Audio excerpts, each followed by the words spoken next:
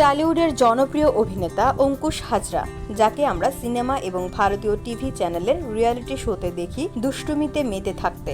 তবে একজনের নিকট তিনি একদম দমে যান, সেটা আর কেউ নন, অভিনেত্রী ঐন্দ্রিলা সেন।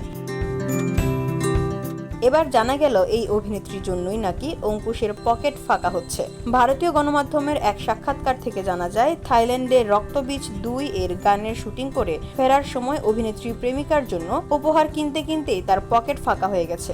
নিজের জন্য তেমন কিছুই আর কিনতে পারেননি। 2023 সালের মুক্তিপ্রাপ্ত নন্দিতা রায় শিবপ্রসাদ মুখোপাধ্যায়ের প্রথম পূজার ছবি রক্তবীজে অঙ্কুশ আইটেম গানে ছিলেন।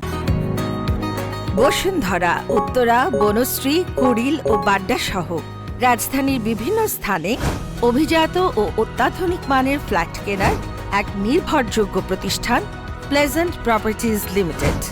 তাই আপনার স্বপ্নের আবাসনের জন্য আজই যোগাযোগ করুন।